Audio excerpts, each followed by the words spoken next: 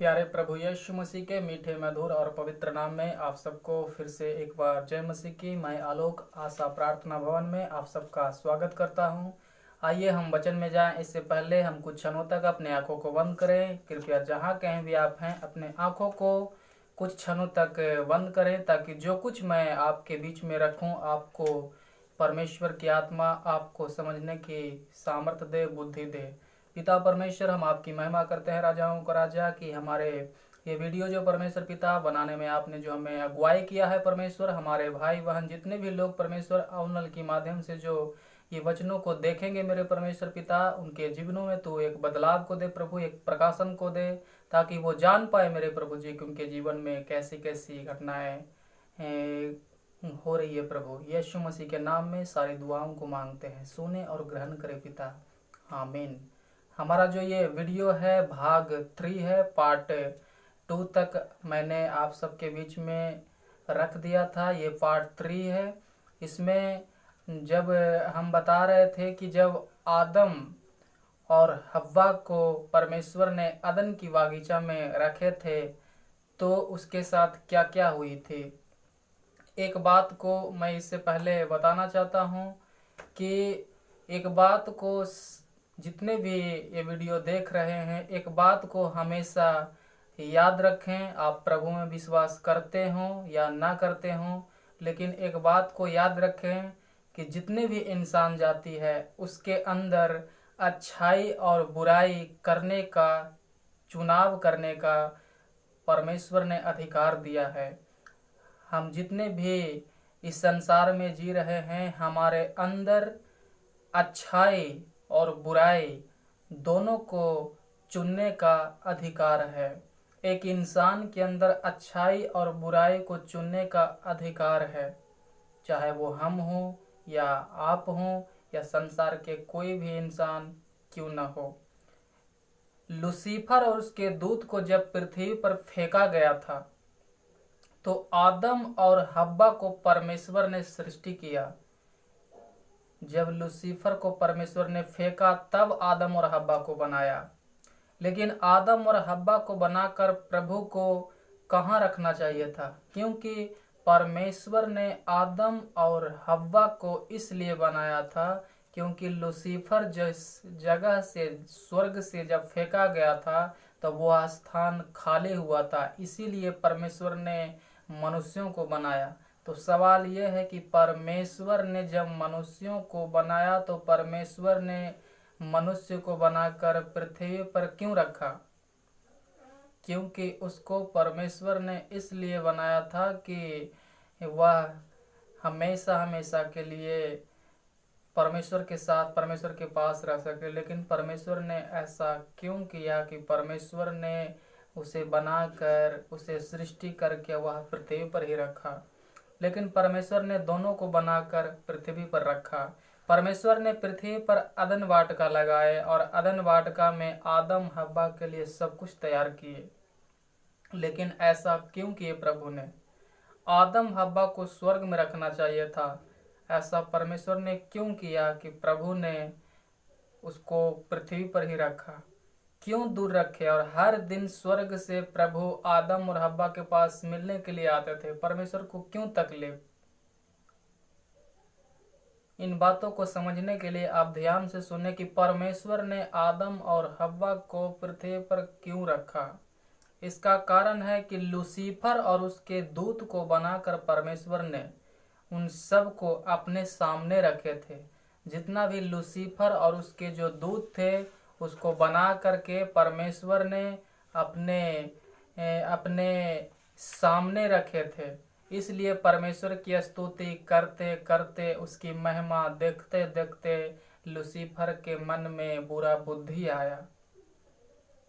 Lucifer किस बात की धुन में था? लूसीफर इस बात की धुन में था कि हम मार करके परमेश्वर बने। इसलिए लूसीफर और उसका दूत शैतान बना और परमेश्वर ने उसे फेंका।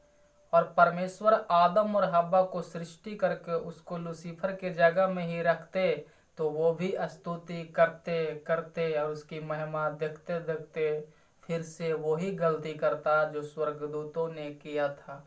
इसीलिए परमेश्वर ने जब मनुष्यों को बनाया तो सृष्टि किया, तो परमेश्वर ने मनुष्यों को बना करके पृथ्वी पर रखा, वो अपने पास न रखा। लेकिन परमेश्वर के मन में एक बात आई कि आदम और हव्वा को दूर रखना भी ठीक नहीं है। फिर परमेश्वर ने सोचा, ये दोनों को अपने पास रखने के पहले इन दोनों से मैं परीक्षा लूंगा, क्योंकि बिना परीक्षा दिए हुए हम किसी भी प्रकार की बातों में आगे नहीं बढ़ते हैं। उदाहरण में, अगर आप मैट्रिक में पढ़ रहे हैं, अगर आप 10वीं क्लास में पढ़ रहे हैं, तो आपको इंटर में नाम लिखाने के लिए आपको सबसे पहले मैट्रिक पास करना पड़ता है, आपको 10वीं क्लास पास करना पड़ता है, तब ही आप जा सकते हैं। आदम हव्वा को स्वर्ग में रखने से पहले परमेश्वर ने परीक्षा लिया, और जब परीक्षा लिया परमेश्वर ये सोचा कि जब मैं इसे परीक्षा लूँगा, अगर ये पास हो जाता है तो मैं उसको रखूँगा अपने पास, अगर पास नहीं होता है तो ये हमेशा हमेशा के लिए यहाँ पे ही रहेगा। परमेश्वर ने आदम और हव्वा को सबसे पहला जब परीक्षा लेने लगे तो परमेश्वर ने आदम और हव्वा को कुछ आज्ञाएं दिए, जो हम वचन में उत्पत्ति की किताब उसका 2 अध्याय के 16 और 17 में देखते हैं। लिखा है उसमें इस प्रकार से कि और यहोवा परमेश्वर ने आदम को यह आज्ञा दी, तू वाटिका के सब वृक्षों का फल बिना खटके खा सकता है। परमेश्वर ने उसे हुक्म ये दिया कि जितना भी बागीचे में पेड़ है उसका सबका फल तू खा सकता है, जितने भी बागीचे में पेड़ का फल है, पर भले या बुरे के ज्ञान का जो पेड़ है उसका फल तो कभी न खाना, क्योंकि जिस दिन तो उसका फल खाएगा उसी दिन अवश्य मर जाएगा। परमेश्वर ने ये हुक्म दिया कि सब वृक्षों का फल खाना, लेकिन जो बगीचा में अच्छे और बुरे का ज्ञान का जो पेड़ है उसका तो फल कभी भी न खाना। परमेश्वर ने ये मना नहीं किया कि तुम जीवन के वृक्ष के फल को नहीं खाना, लेकिन परमेश्वर ने ये जरूर मना किया कि अच्छे बुरे का ज्ञान का जो पेड़ है उसका फल तो कभी ना खाना। ये परमेश्वर ने उसे हुक्म दिया, लेकिन आदम और हव्वा ने परमेश्वर की आज्ञा नहीं माना। जब हम उत्पत्ति 3 का 4 से 6 तक पढ़ते हैं तो उसमें इस प्रकार से लिखा है, तब सर्प ने स्त्री से कहा, तुम निश्चय न मरोगे। परमेश्वर ने हुक्म ये दिए थे कि जब तुम फल खाओगे उस पेड़ का तो मर जाओगे, लेकिन शैतान जो सांप रूप लेकर के लूसीफर उस बगीचा में आता है और वह ये बोलता है कि तुम निश्चय ना मरोगे। उस जगह में आदम और हव्वा को चुनाव करना था कि हम किसकी बातें माने, या हम ये सर्प की बातें माने, शैतान की बातें माने, या हम परमेश्वर की बातें माने। उन दोनों का चुनाव करना था। लेकिन आगे क्या होता है, तब सर्प ने स्त्री से कहा, तुम निश्चय न मरोगे, वरन परमेश्वर आप जानता है कि जिस दिन तुम उसका फल खाओगे उसी दिन तुम्हारी आंखें खुल जाएगी। परमेश्वर ने मना किया, लेकिन शैतान ने इसे अलग अलग तरीकों से उसे बरगलाया, उसे भरमाया। और लिखा है कि सांप ने बोला कि अगर तुम उस पेड़ का फल खा जाओगे तो तुम परमेश्वर जैसा बन जाओगे। और आदम और हव्वा ने गलत चुनाव किया। उसने ये फैसला किया कि हम इस पेड़ का फल खाएंगे, और उसने क्या किया, जब हम देखते हैं उत्पत्ति 3 का 6 और 7 में, तो उसमें लिखा है कि अतः जब स्त्री ने देखा कि उस वृक्ष का फल खाने के लिए अच्छा और देखने में मन भावु और बुद्धि देने के लिए चाहने योग्य भी है, तब उसने उसमें से तोड़कर खाया और अपने पति को भी दिया और उसने भी खाया।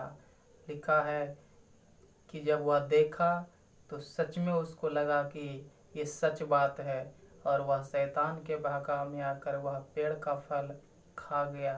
परमेश्वर जो उसे परीक्षा ले रहे थे वह परीक्षा में पूरा रीति से फेल हो गया।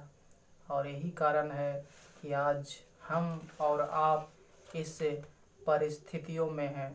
आप सोचते होंगे कि शैतान शैतान खिलाया ना तब न खाया, लेकिन एक बात बताइए, शैतान ने आदम हव्वा को फल तोड़ करके अपने हाथों में दिया या जबरदस्ती उसके मुंह में कोंचा? अगर आप सोचेंगे तो शैतान ने सिर्फ बोला है, लेकिन वह जबरदस्ती नहीं किया है। लेकिन परमेश्वर ने जो मना किया था कि तो इस पेड़ का फल नहीं खाना, वह परमेश्वर की आज्ञा ना माना और वह शैतान की आज्ञा माना, और दोनों के दोनों पाप में गिर गए। जब परमेश्वर की आज्ञाओं का वह उल्लंघन किया तो पूरी रीति से आदम और हव्वा पाप में गिर गए। आदम हव्वा इसलिए पाप में गिरे कि वह गलत चुनाव करे यीशु के नाम में, और गलत चुनाव करने के कारण आज इंसान उसके जीवन में पाप आया। जब आदम और हव्वा फेल हुआ इस एग्ज़ाम में, इस परीक्षा में, तो उसके साथ उस अदन की बागीचों में क्या हुआ? आदम एक जगह है, एक जगह हव्वा है, और एक जगह प्रभु है, और एक जगह दुष्ट आत्माएं हैं जो शैतान है, लूसीफर है। 4 लोग उस जगहों में है।